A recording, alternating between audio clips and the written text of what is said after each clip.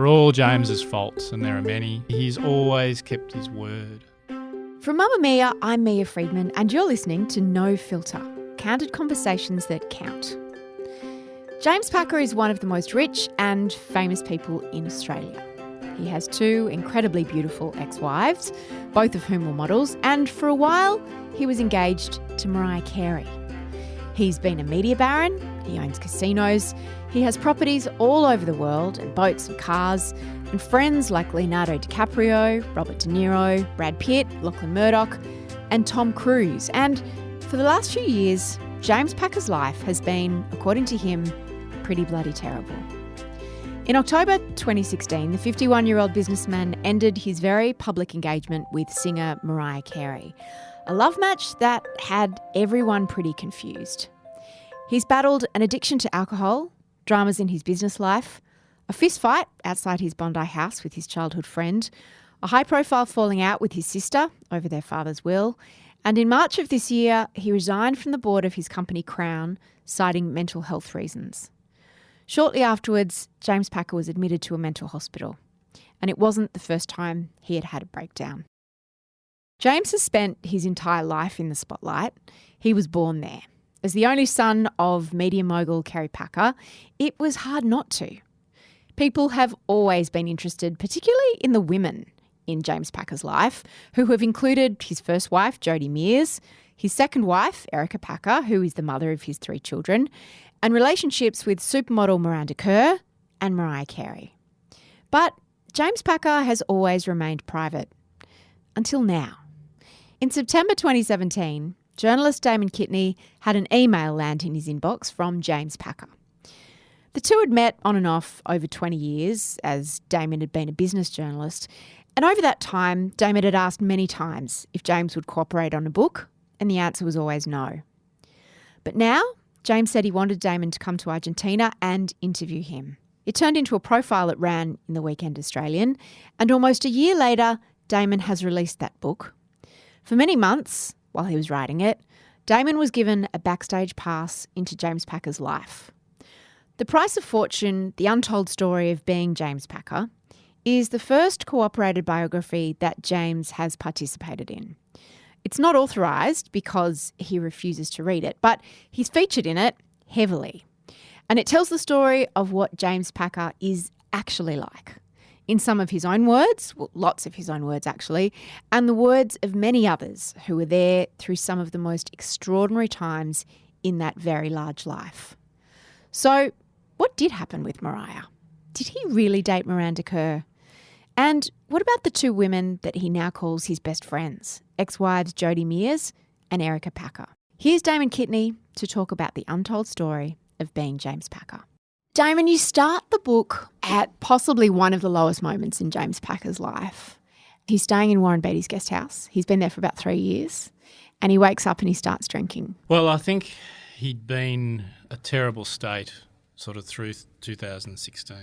And I think you sort of have to go back to the end of 2015 and the start of 16 to appreciate the sort of terror that was going through his mind. At that stage, a lot of it stemmed back to the deal he did with his sister to split the empire, and that was finally completed at the end of 2015, and that resulted in him, borrowing more than $600 million to pay her out. There was 2 parts to that deal. There was a first part done in September. It was renegotiated for Christmas, and the second part gave her a quarter of Elliston, the property. And that really, really tore at him. And you can talk about now whoever was in the right or the wrong, but psychologically that really crippled him, I think. So you put those things together, then you put into there the stresses of the relationship he'd started with Mariah by that stage, the Hollywood existence he was living. The share price of Crown was at a 2-year low. He got sent to Israel by Kerry Stokes, his good friend, to basically recuperate, which then resulted in the wedding being stopped to Mariah.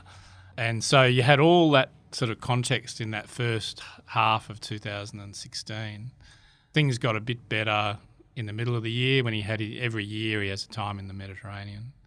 And that year Mariah was, in full flight, and the entourage went there, and I think at that stage it was just all catching up with him. So yeah, as a long-winded way of answering your question, that's the context that builds up to that terrible moment where he flies off to Argentina and grabs that bottle of vodka and drinks half of it in less than a minute. And as he said to me on the record, it's the first time in his life he's ever sculled straight from the bottle. It's an extraordinary story on so many levels because it exists in this incredible plane of billions of dollars and Mariah Carey and celebrities and some of the most famous people in the world, and Warren Beatty and Robert De Niro and Leonardo DiCaprio. They all feature in his life, particularly around this period. But at the heart of it is a man who's terrified he's going broke, who doesn't seem to have any good friends, who's in this really messed up relationship with a woman that he barely knows. And is really still grieving the loss of his second marriage and the estrangement from his children. People are usually most interested in James's relationship with his father. But I actually wanted to go a different way. I wanted to talk to you about his relationship with the women in his life, except for Roz, his mother. You spoke to his two wives, plus his sister for the book.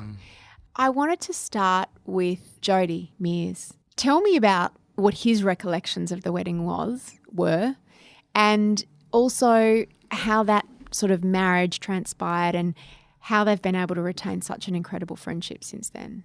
Well, he describes both his weddings as epic, those are the words he uses, but very different. The Jody wedding was, as you said, it was really an occasion of Australian royalty. It was like a coming out, because the Packers don't do flashy big public things. No. But also for his father, and, Jodie's so wonderful in her recollection, he gave her away.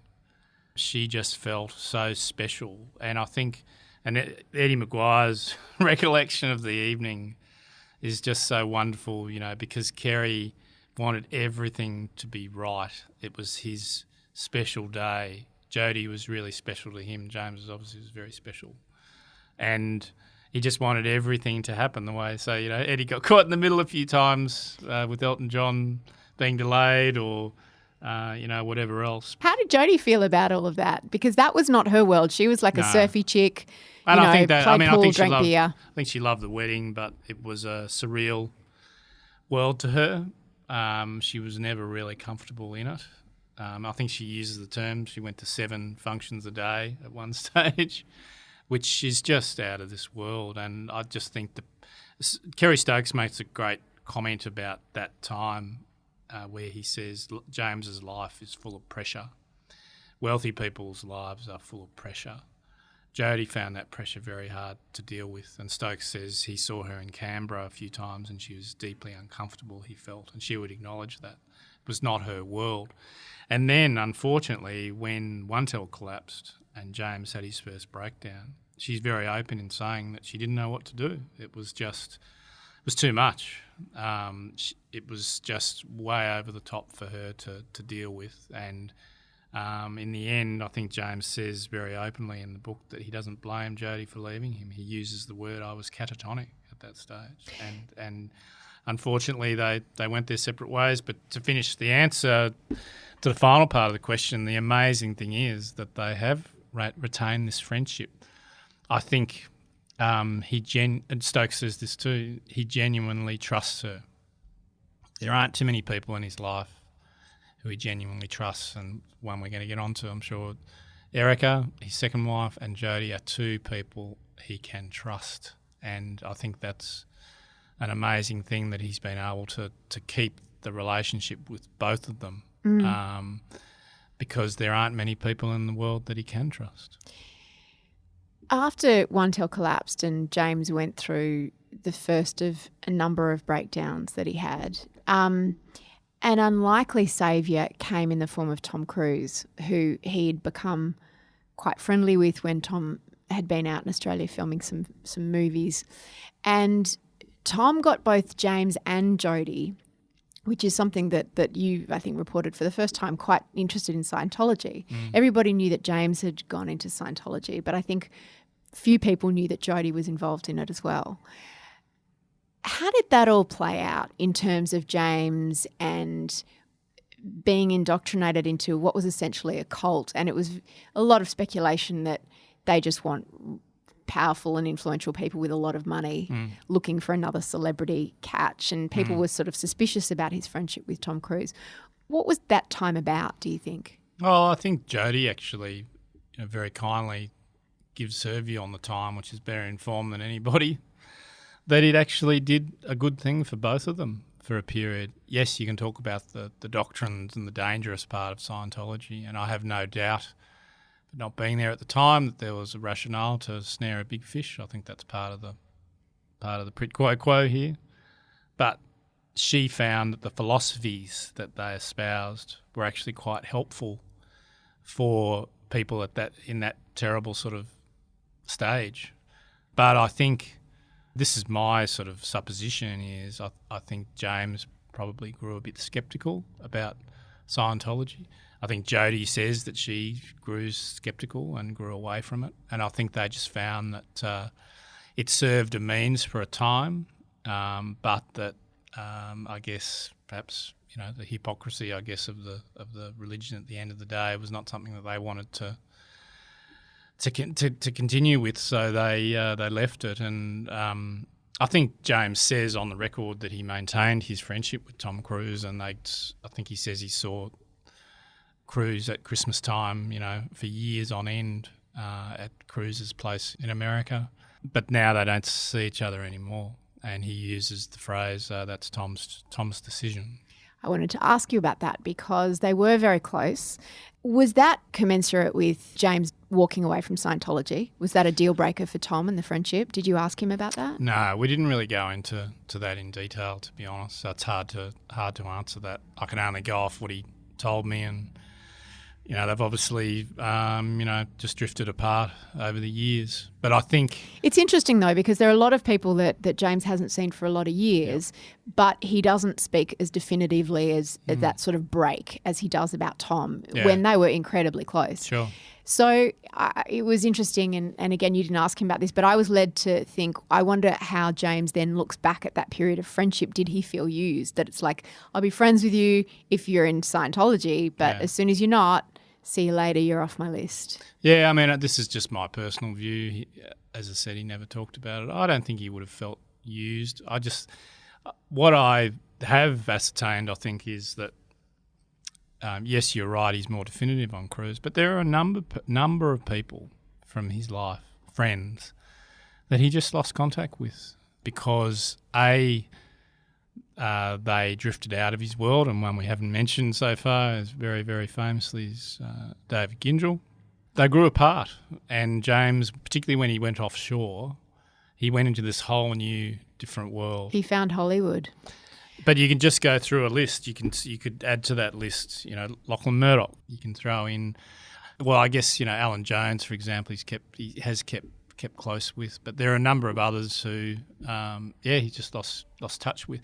But fast forwarding it to more recent times, so people like Brett Ratner, he hasn't spoken to them for ages. But as part of this book process, I obviously reached out to them to get comment. And through that, James actually reconnected with them. Well, that was one of the things about your book that I found so extraordinary. It's like the opposite of score settling. I don't even know what word there is for it, but it's kind of like saying nice things about people after the fact. Like, it's full of all these famous people being effusive about each other and very complimentary and very praising, when they could have stuck the knife in. But everyone is, besides what James says about David Gyngell, that's probably one of the most notable exceptions, someone who'd been a friend since high school. Yeah, you're throwing Matthew Grounds and Robert Rankin for a couple of bars. Pretty much everybody else, he's very much almost self-flagellates and is like, they were better to me than I ever deserved, and they were smarter than me, and they were more successful than me, and I let them down, and I regret it, and I'm embarrassed, or I regret it. There's no venom, there's no bitterness. Well, I think one that you mentioned earlier, which is the most powerful example of the healing that's come through this, is his sister. How did they fall out? I think it's what we were saying earlier. James felt that when Gretel approached him about splitting the empire, it was the worst possible time for him. And she wanted to do it because it was at a time when he'd thrown himself into Hollywood. She was worried. She was worried. She was reading about him buying Mariah Carey a pair of $100,000 earrings, investing millions of dollars in these films. And this was her money too, right? Exactly. So she said, look, Dad's been gone for quite a lot of years now. It's time to split our assets. I want financial independence from you. I don't want to risk your decisions affecting my inheritance and the inheritance of my children. That's right. But then you had a fundamental disagreement from James's side on, I've been running the company, I've been growing the company, I've been taking the risk, I deserve more for that. James was given a governing directorship of their private company by his father in a and year she or so. wasn't. And it's a very powerful tool, if that's the right word. It gives you the ultimate rights no matter what equity holding you have. So that Kerry never thought much of women in that regard, did he? Because Gretel is the older sibling. She was, by all accounts, incredibly bright. Yeah. But it was never even considered that she might come in and be involved in the business on any level, let alone take it over. She did spend some time working with Lisa Wilkinson, actually. On Cleo? Yep. And she worked with Ashok Jacob closely for a time. And I think that was after Untold where James did have his breakdown. I think Kerry felt, is my son ever going to come back? So it was almost like an insurance policy. But I think, anyway, back to that will, that was a very difficult situation because Gretel felt that she was entitled to more than that governing directorship gave her. Most people would have thought that, hang on, how can you have a fight about money? Kerry Packer was a billionaire. He left millions and hundreds of millions of dollars to his two children. Why not just give her whatever she's owed or whatever was agreed? How can it then take 2 years and nearly destroy both of their lives? Yeah, no, I mean, it's very hard. It's impossible to put yourself in that situation. You and I can sit here and say, as you just did then, how the hell did it come to this? But and he had to take a big loan to buy her to buy her out, essentially, of all the. And he would argue that came at one of the worst possible times when he'd sold a number of assets, when he didn't have a great deal of liquidity, when the share prices of their listed companies had taken a whacking. And it was just he would argue a bad time. If you get Gretel's side of that, well, she was worried. She had to do something. But it's sort of interesting. Because he was making some business decisions and some personal decisions which many who knew him and who didn't know him found questionable, right? I mean, it was Mariah Carey, it was dancing on boats, it was investing in movies. But I think, as I flagged earlier, and he says it on the record, the thing that they really fell out over was Elliston. It's something that was always... The family property. Very dear to him, very dear to her.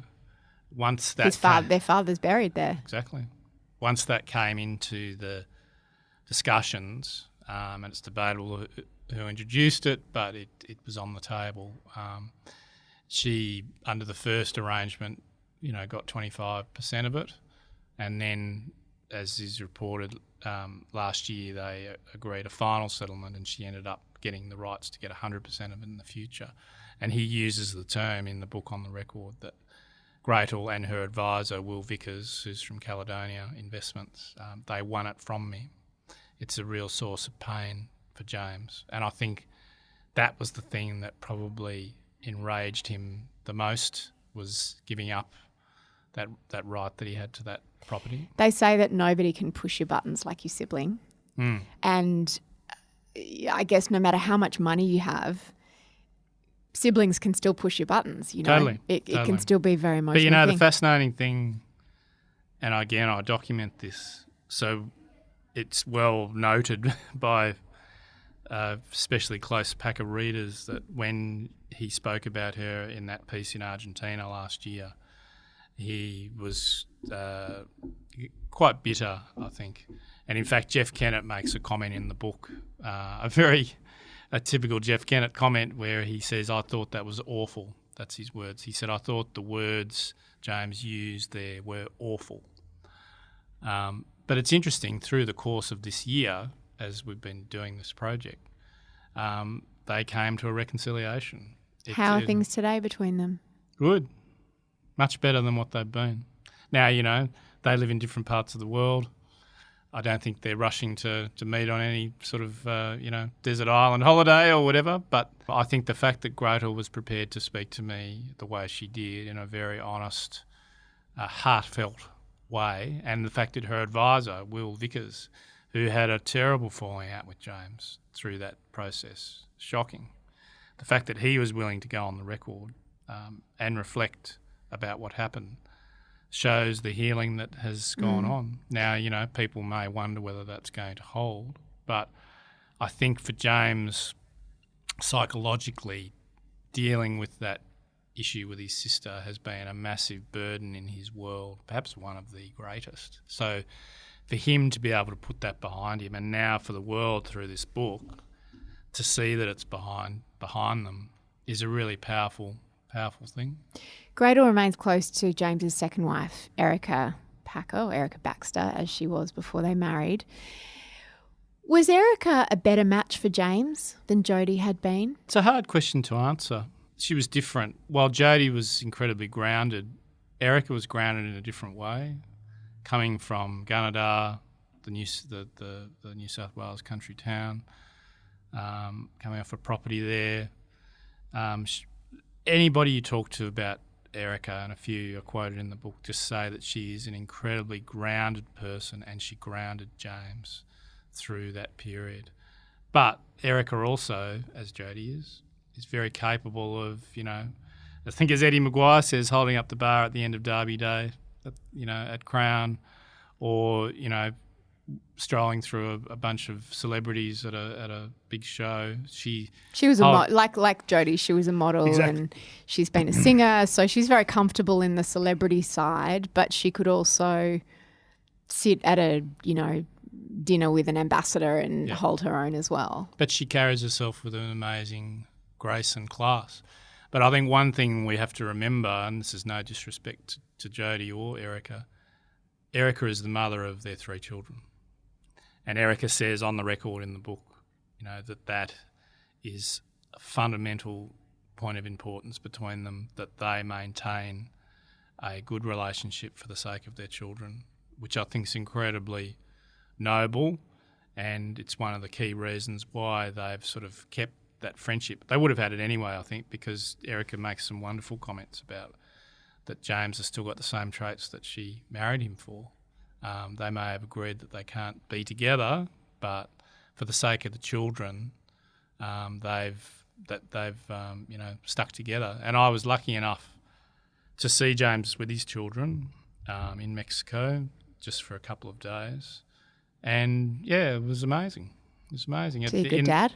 Yeah, in those moments you can just see that he is a dad, and a lot of people forget that. And when you see, his daughter, particularly the young one, who's a real character, run up and give her dad a hug. Emmanuel. At the book launch today, my son did the same to me. I mean, we're all human beings, and I think it's a testament to both of them. I don't want to judge, anybody's relationship with their children, but it's a testament to both of them that they are able to have the relationship with each other, but more importantly, the relationship with the children. And you can see in his world, I certainly got a taste of this, see in his world how important the children are. And a few times in our interviews, the kids just rang up and FaceTime.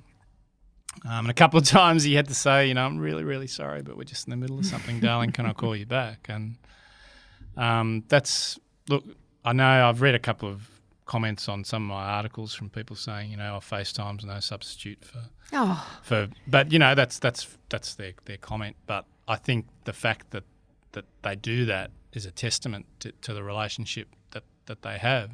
And it's funny, it's well documented. He bought a place in Beverly Hills just a couple of months ago, a very expensive place. And I actually saw him there about a month ago. He very kindly, I was just in LA, I said, do you want to say hi? And he said, yeah. And we just had this very polite, professional lunch, and, it was pretty short and sharp, but he did give me a quick tour of the place. And showed me the kids' wing, and you can see the kids' pencil cases there, the pencils, the games, and whatever.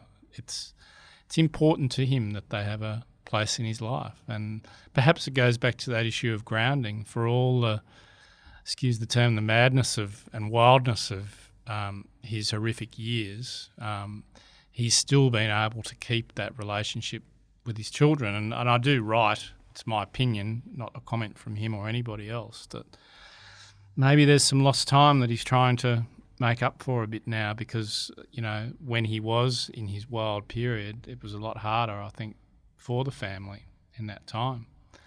Maybe he's trying to make up for that lost time.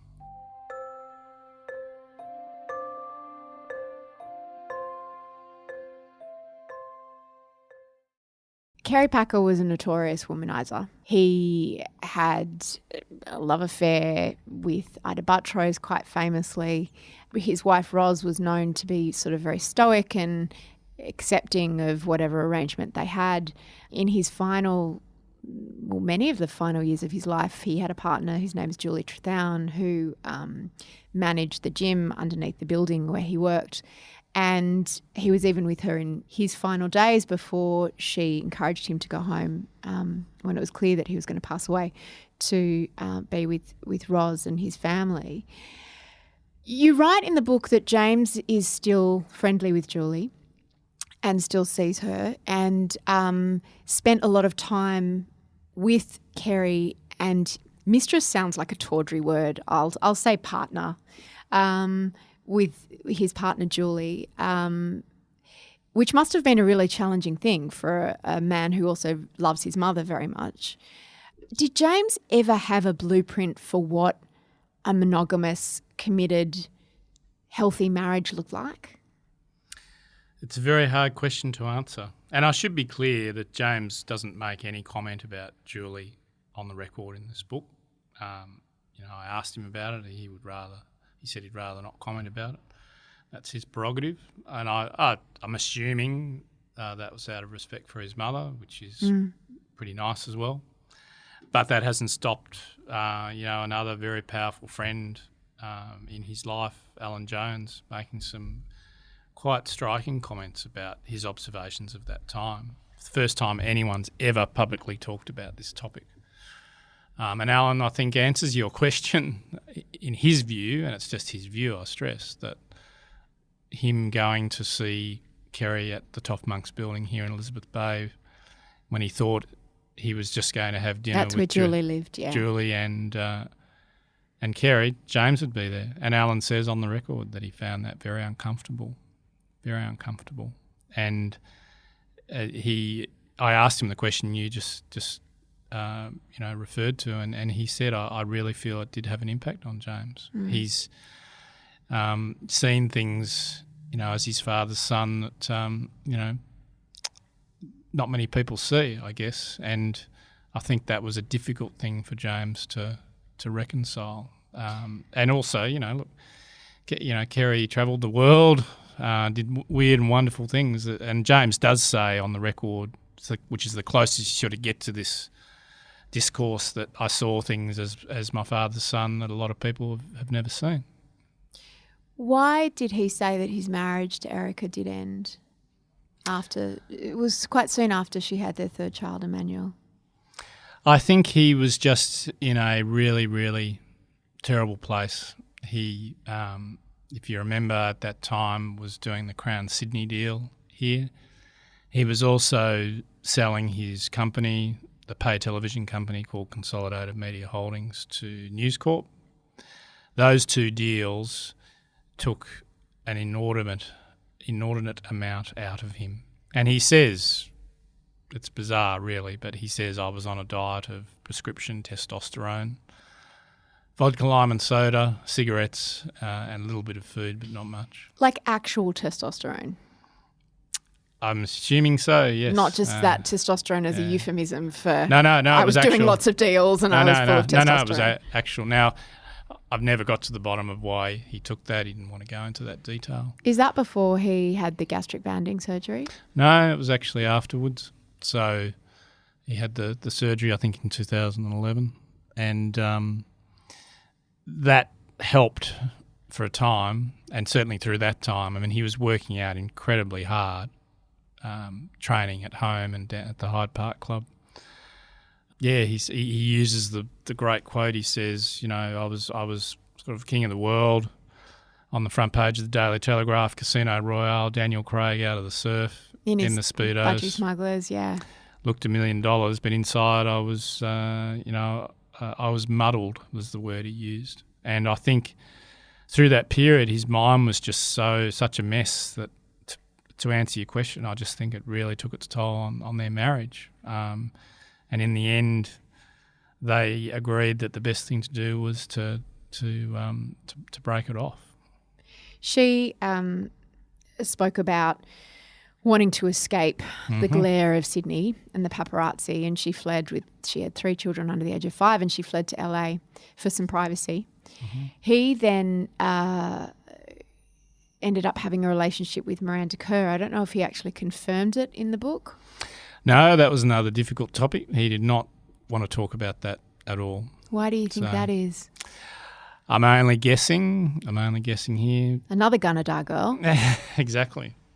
I'm guessing that's out of respect for Erica, but I don't know that because he didn't tell me. But I'm just guessing, and if that's the case, well, that's quite noble in some ways. But I mean, look, I write, that it's factual that they had a relationship. It's just been well documented in a number of newspapers and whatever. And I think Miranda, said on the record that they were friends. I don't think she ever confirmed they had an affair, but she certainly said they were friends.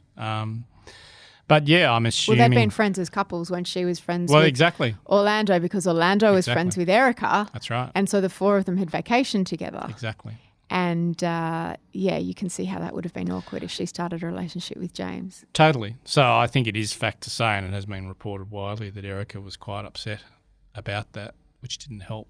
And obviously that, relationship fell apart, which I think, must have had, again, he won't talk about it, but it must have had taken its toll on James as well. So you sort of mount these things up.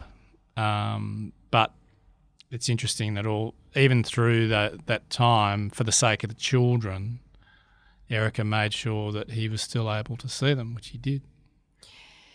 The Mariah years. What the hell happened there? Write a book on that. Yes.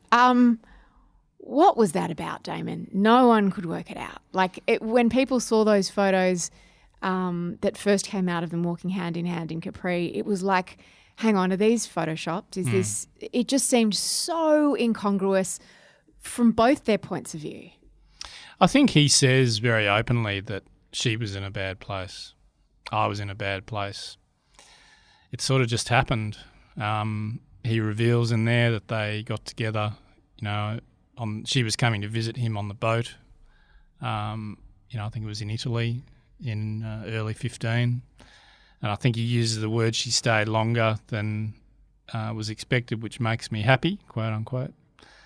And I guess, it just sort of went from there. I think at the end of the day, he has said publicly that it was a mistake for her and a mistake for him. But I think at that time, they both needed somebody. And they obviously, fulfilled a need for each other. James is quite complimentary towards Mariah. He is. And he really genuinely, in talking to him about her, he genuinely enjoyed her company. He really did. He describes her many times as being very kind. Yeah. And he... So do people in his entourage, by the way. He also says... He sounds like a little kid in a way. He's like, she was really interested in my life, which was very kind of her. And it was like, hey, dude, don't sell yourself short. If you're dating someone and you're engaged to someone who's not interested in your life, then what are you doing? But I also think, she had an amazing circle of friends and he's used to living, in that strange world of amazing people and celebrities. So that actually, I guess engaged him as well. He got to meet people through her, and he mentions David Geffen, the DreamWorks shareholder, who he actually got to meet through her. That would have been quite exhilarating for him. Brett Ratner, who was his partner in Rat Pack when he decided he was going to go to Hollywood and become a movie producer. That also just seems like a weird decision for someone who's worked so hard his whole life to stay out of the public eye, to say, I want to crack Hollywood. Like, it seemed quite midlife crisis-ish. Maybe. I think it's funny, he actually says at one stage people have compared Brett Ratner to Jody Rich, and Jody Rich was From the Untold. CEO of Untold a long time ago now. And He seems to fall in love with, Exactly. and he even says it in that point. And I mean, you can try to be Freud and say he's looking for a father figure, because there are these people that he's very dazzled by through the book and that he goes all in with, and who ultimately lead him astray, either deliberately or just because they make bad decisions. Because it's interesting, in talking to Brett Ratner, who very kindly gave me 2 hours of his time, which he didn't have to. I actually put to him, there are a lot of people who say that you were bad for James. And he just says, well, James is 50 years old, now 51. James can look after himself, and it's a fair comment. But I think the world that Brett lived in was probably bad for James because of just that high-paced, again, I use that term once more, wild. Partying. But also just Party culture. And we talk about one of the birthdays that James had that Brett put on at his house, and you just look at the guest list. It's It was like Mick Jagger and Eddie Murphy. Funny, Jodie Mears was there as well, by the way, that night. But Robert De Niro, Leonardo DiCaprio, like all of these people. I think DiCaprio was a late. He got there at 10, I think was the note on the. It's a bit rude. Which is just like, what a... James and seemed obviously very, Mariah there. James seemed very starstruck through all of this time. And reading it... Which Ratner says too, by the way. Yeah, reading it, I kind of was like, dude, you've grown up in this famous family, one of the most famous families in Australia. You've grown up with prime ministers around you and celebrities around you. Why was your head turned by this? Well, I think it's been a familiar story of James's life that he... excuse the term, falls in love with people, not just relationships, but in business and in life. And I think he genuinely fell in love with Brett from the business point of view and the life point of view, that they really, really enjoyed each other's company. They, lived this fast-paced existence. And he was exhilarated by it. One of the most telling comments in the book, I think, which is a very great credit to him, is by Paul Bassett, who is a very senior businessman in Australia, has been on the Wesfarmers board, founder of Seek, or co-founder rather, the employment business, now runs a massive venture capital firm, a friend of James. And he says that he actually confronted James at one stage and said to him, you need to be aware of your speed limit, because Brett Ratner has a speed limit. One who we haven't mentioned at all today, Arnold Milchan, the Israeli Hollywood film producer, has a speed limit. You need to be careful you don't exceed yours, because Paul and others in his inner circle at that stage were really worried about his life going off the rails. And James's response to Paul was PB, as he called him, you don't live in my shoes. And Paul realised then that it didn't matter what he said. He wasn't going to listen. And James, to his credit, comes back to this, reaffirmation you were talking about earlier, says in the book, I remember that conversation with Paul, and he was right. And he said there's been times in my life where Paul has said things to me that he's said out of compassion, care, respect, and he has been right, and I haven't listened, and it was a mistake. Things did start to go careening off the rails. Mariah was doing her reality show, which just looked like it was going to be a car crash in slow motion. Well, I think just on that, and James doesn't go into any detail about this, but I think it has been reported too that when he saw the Mariah's World pilots of those episodes and the boats, his boat, the planes, the helicopters, the celebrities, I think he just probably, and I'm putting words in his mouth here, I think he just felt sick. So he had a moment of sanity. Because this was the lives of the rich and famous, the billionaires. And to be fair to Mariah, that's what the show's all about. Yeah. To give her due. It was funny in the end because I watched a few episodes when I thought it would be like good trash, but it actually was just really sad trash because she was clearly out of it, clearly didn't know who her kids were. It was clearly being manipulated. It was the whole thing was horrible. But it's funny. I mean, my wife, God bless her, kindly helped me with the research for this book, and she was happy to do some Mariah research for me. So I was happy to pass that on. But she went and looked at one of the episodes, which is a really, really interesting one, where Stella Belushnikov, who was Mariah's agent, who's now suing her for sexual harassment, who isn't any longer.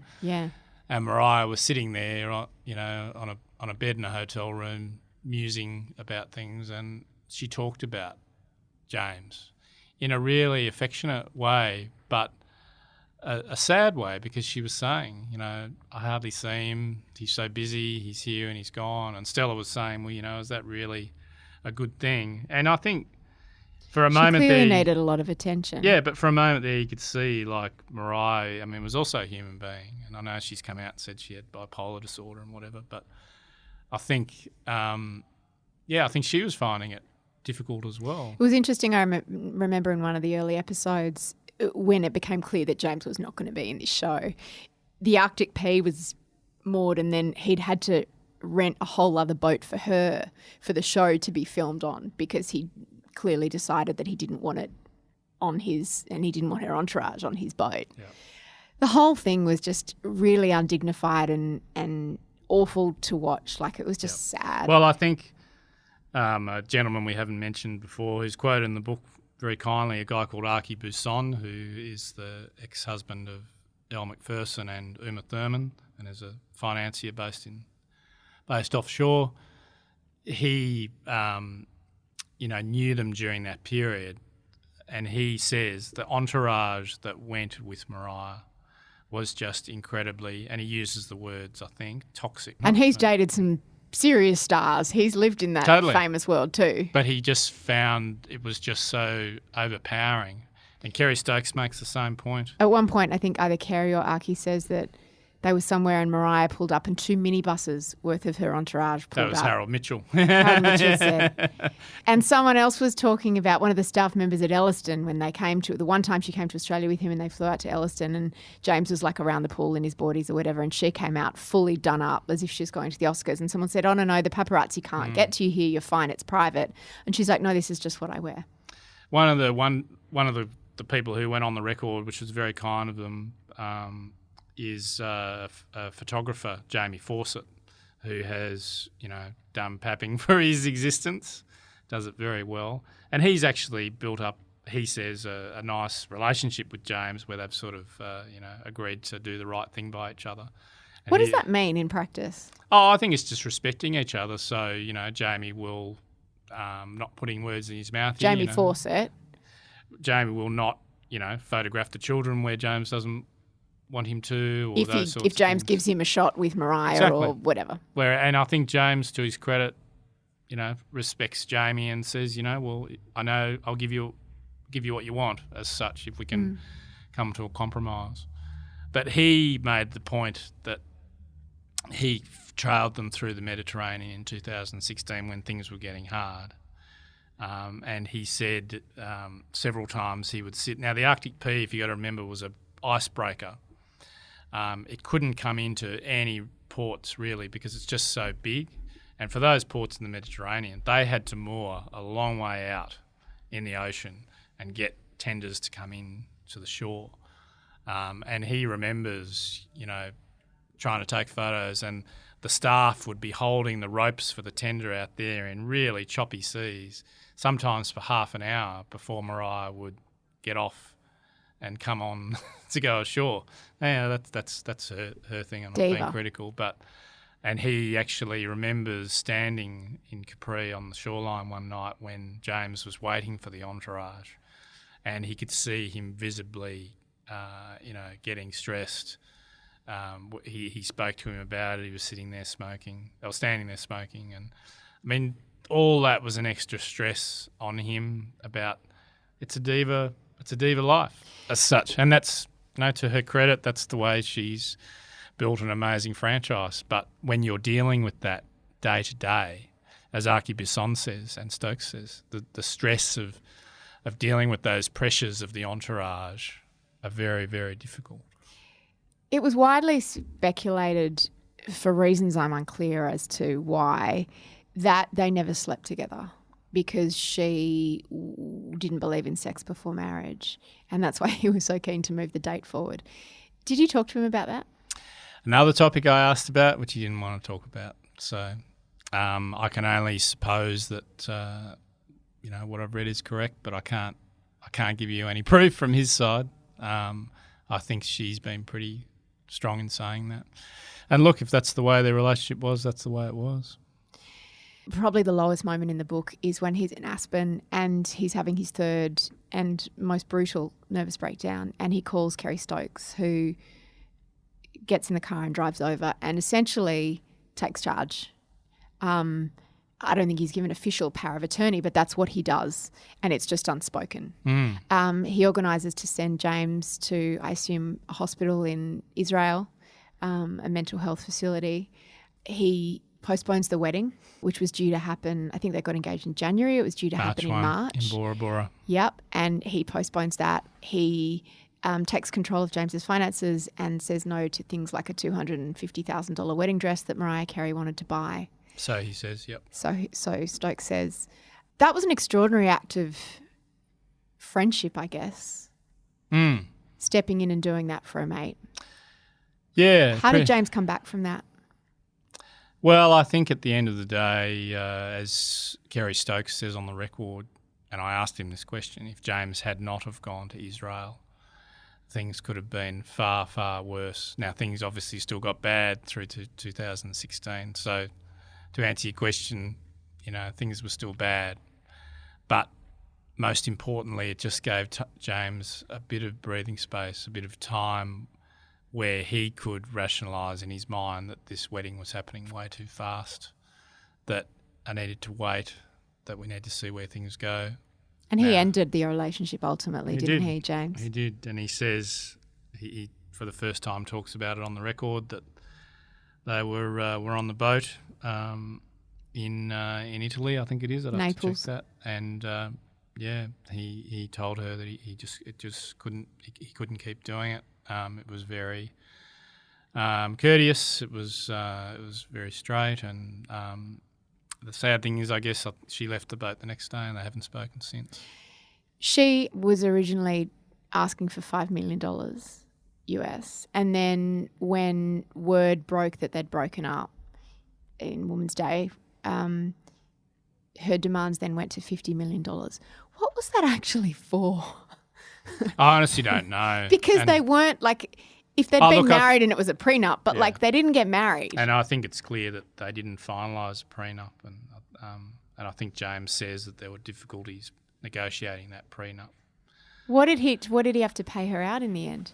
I think it's reported it was about 7. I'd have to double check because he didn't actually give me a number, but I think I just have mentioned there what was reported, which is around 7. But I stand to be corrected on that. It is fact that she did, and this is public, that she did feel that she moved her family to Los Angeles in that gated community. I think it's called Casa Blasas or something. So she felt she needed to be compensated for that. But I think that's the sad thing, I guess, is when that Woman's Day story came out, and James does say on the record for the first time, I had nothing to do with it. But she felt, and her entourage felt, that it had been planted to get James's side of the story out there. And unfortunately, it got really nasty. Emails were leaked and it got really nasty. Yeah, but anyway, thankfully they resolved it. Did you think the book was done and then March this year happened? Yeah, well, that was very what actually stressful. happened in March this year? Well, I think, at the end of the day, we had a series of on-the-record interviews. We exchanged emails, copious amounts over many months. There are some days, because James isn't in Australia, obviously, there are some days I'd wake up and there'd be 20 emails there from him. And what would they be? Just some would be, I remember? Yep, some would be a story I remember, some would be a quote, some would be a document. Some would be, excuse the term, and I don't say this in a mean way, a rant about something that he got a bee in his bonnet over. Would they ever be abusive towards you? Like, did you ever feel the wrath of his temper? Not then, no. I have in the past, but no, not then, thankfully. But it's funny, like we sort of went through this exhaustive process, got everything on the record. I think I tallied up there were 20,000 words on the record that we had by sort of the start of March there. And, he just went into a terrible place. And I can't answer to this day what caused that. I would assume, given what he said to me, that the book played some role in it, which was not sort of public at that stage. What did he say to you? Oh, he'd said to me through February and March that the book was taking a lot out of him, physically and emotionally. But to his great credit, he said, I give you my word that I'll finish this. And then when March came along, he just went into a terrible spiral, which he's now acknowledged that he was hit by bouts of paranoia, stress, depression, where he just sort of he lost the plot, excuse the term. He doesn't classify what illness he's been diagnosed with. He's kind of resistant to a label, isn't he? That's right, yeah, and that was hard because there's so many ways you can easily label these sorts of things, but he hasn't done that, and it's not my place to do that, obviously. Did he just stop contacting you? Like, how did you find out what had happened? Yeah, well, I think we had a couple of emails where he told me, and I say this in the book, that he was feeling unwell and hadn't had much sleep. And then Were you concerned? Yeah, I was, because it was a complete change of character from the wonderful dialogue and open dialogue that we'd had. So you noticed a difference? Definitely. And then 2 days after he disappeared, at 9 o'clock in the morning, an announcement hit the stock exchange that I'm resigning from Crown, citing mental health issues. And I did send him a note that day out of courtesy just to say, I hope you're okay. And he didn't reply, which is his prerogative. And I didn't hear from him for 3 weeks after that. And I must say at that stage I didn't feel like I had a book. And I look at out of concern for him as someone who'd spent a great deal of time over 4 months with him, there was a part of me that like, well, that's sort of secondary. I want him to get better. But obviously I had a tight timetable and a deadline looming, and I just resolved then I just had to get on with it. And thankfully he'd given me all this material. So I did.